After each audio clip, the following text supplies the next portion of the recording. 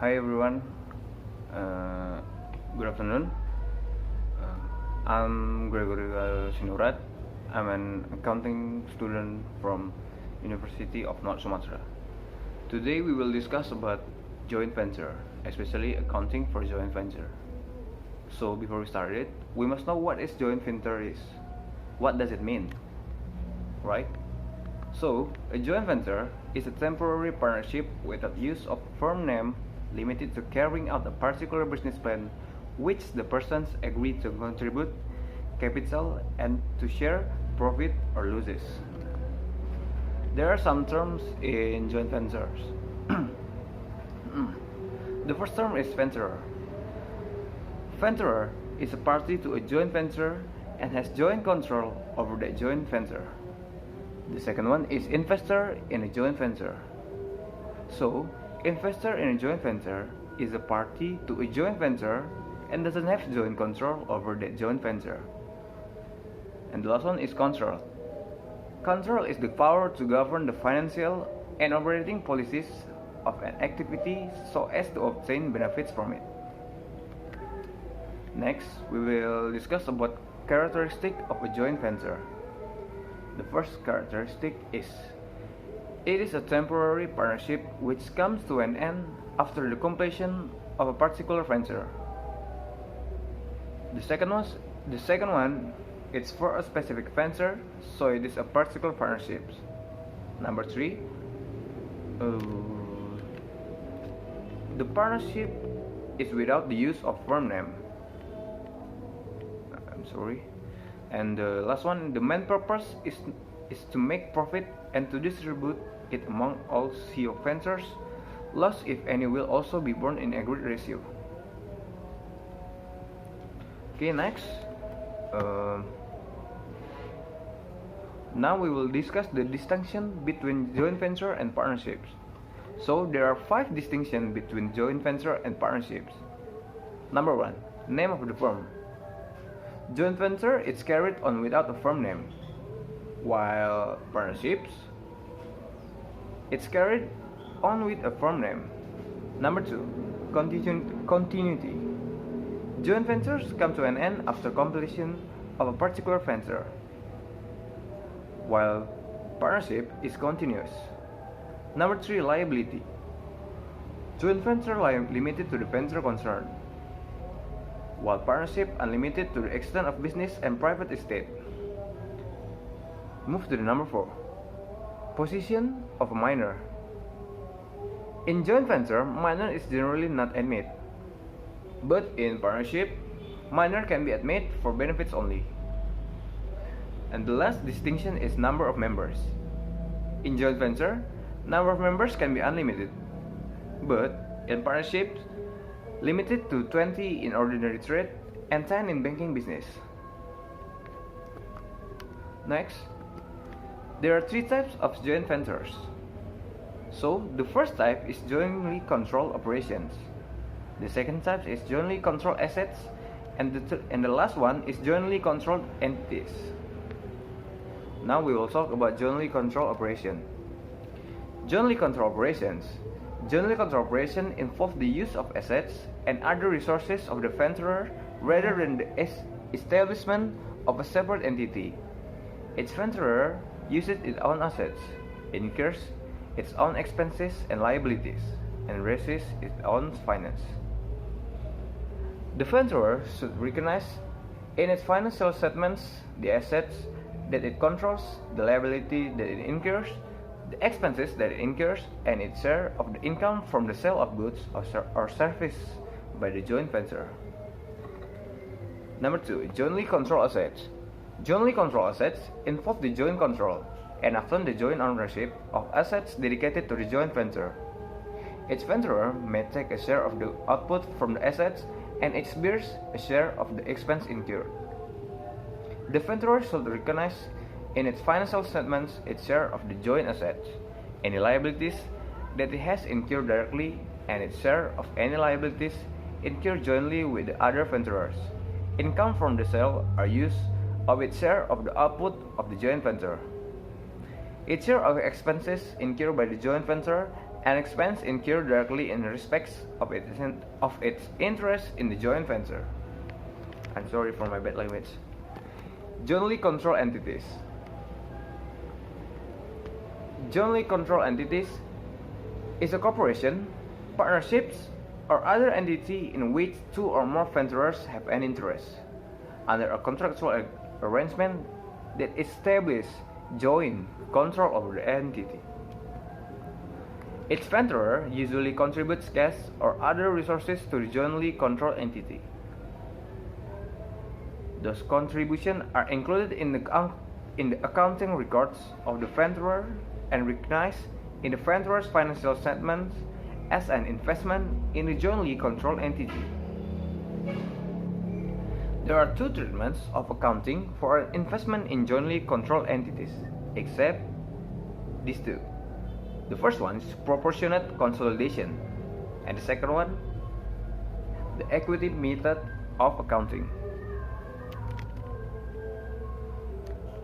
Okay, and then this is the point of the joint venture. Accounting method in joint venture. Accounting method in joint venture. So there are two methods that usually used in joint venture. The first method is when separate set of books are maintained, and the second one is when separate set of books are not maintained. The method separate books are maintained. In this method, no individual CEO venture makes a record in his individual books, but a complete set of double entry books is used for writing up joint venture transactions. The accounting treatment in this method is similar to that of partnership transactions. This method is usually followed when the co-ventures are at the same place and when the joint venture undertaken is sufficiently large. Okay, this is the example.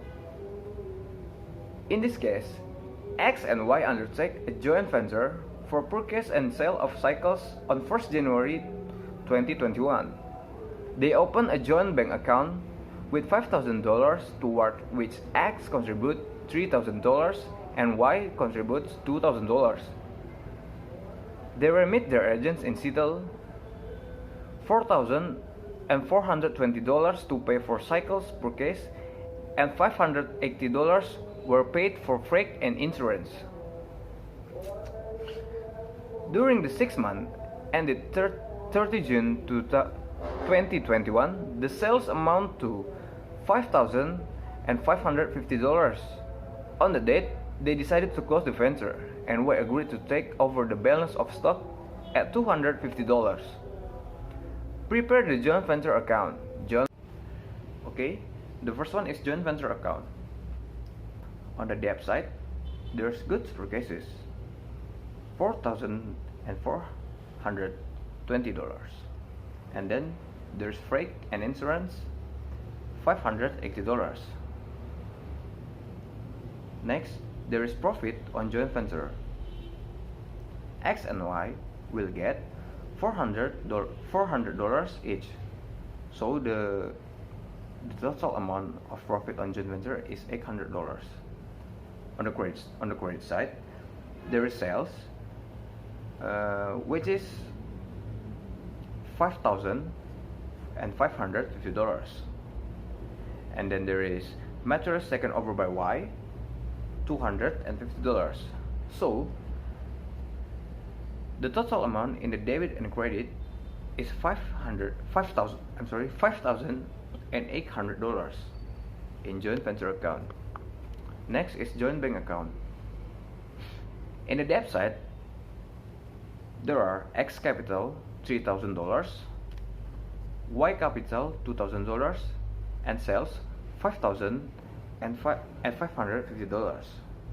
On the debt side, there is goods purchases $4,420 and expenses $580. There in the credit side, there is balance paid, that X and Y will get. Each get $3,400 and $2,150. So the total amount in the debit and credit side is $10,550. Next, co-venturers account. In the debt side, in the debt side there are stock. In the debt side there are stock that Y get as big as $250, and then there is a balance paid that we talked about before, that X and Y will get $3,400 and $2,150. So the total amount on X debit side is $3,400. In Y debit side is $2,400. On the debt side there is a capital from X and Y, 3,000 and 2,000, and then there is profit that they will get $400 each. So on the credit side, the total of X credit is $3,400, and the total of Y credit is $2,400. Next, separate books not maintained. This is the second method and the last one. The last method is separate books not maintained. Under this method, each co-venturer opens a joint venture account and personal accounts of the other co-venturers. Problem: X and Y enter a joint venture to share profits and losses equally. Following transactions take place between them. X buy goods for $45,000, Y buy goods for $5,000, X pay for repairs $3,000, Y pay rents $1,500 and insurance $2,000. X sell the goods for $100,000 and some of the stock is taken over by Y at $15,000. X and Y decided to settle their account by remitting the balance in the account. Prepare a memorandum joint venture account, joint venture with Y account in the books of X, joint venture with X account in the books of Y. Okay, the first one is memorandum joint venture. On the debt side, we will write good purchase by X as big as $45,000 and Y $5,000. Then repairs by X $3,000, rent by Y $1,500, insurance by Y $2,000, and X and Y will get profit as big as $29,250 each. So the total profit is $58,500. So the total amount of the debt side in memorandum joint venture is $115,000. On the credit side, there is sales by X as big as $100,000. $100,000. Stock taken by Y is $15,000.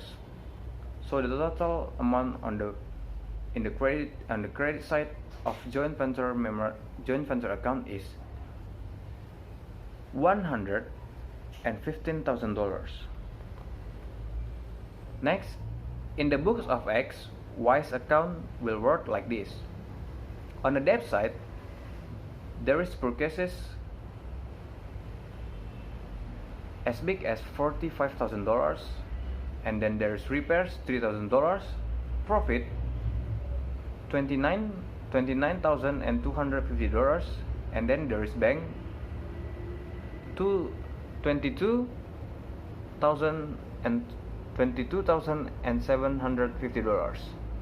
So the total amount is $115,000. $100,000. On the credit side, there are sales as big as $100,000. So the total amount of the credit in the book of X is $100,000.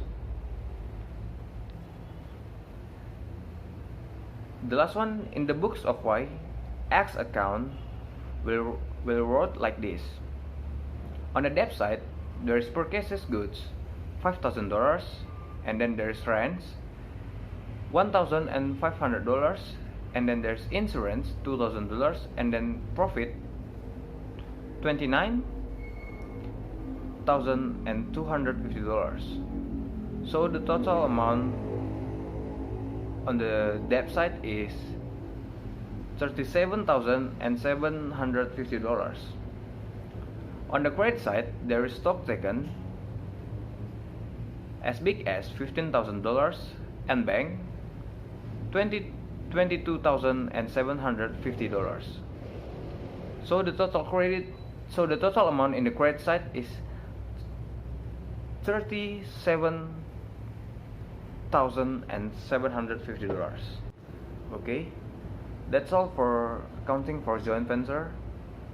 I'm sorry for my bad speaking ability, and I hope you enjoy the video. So if you have any question, please write your question in the comment section below. Thank you and stay healthy.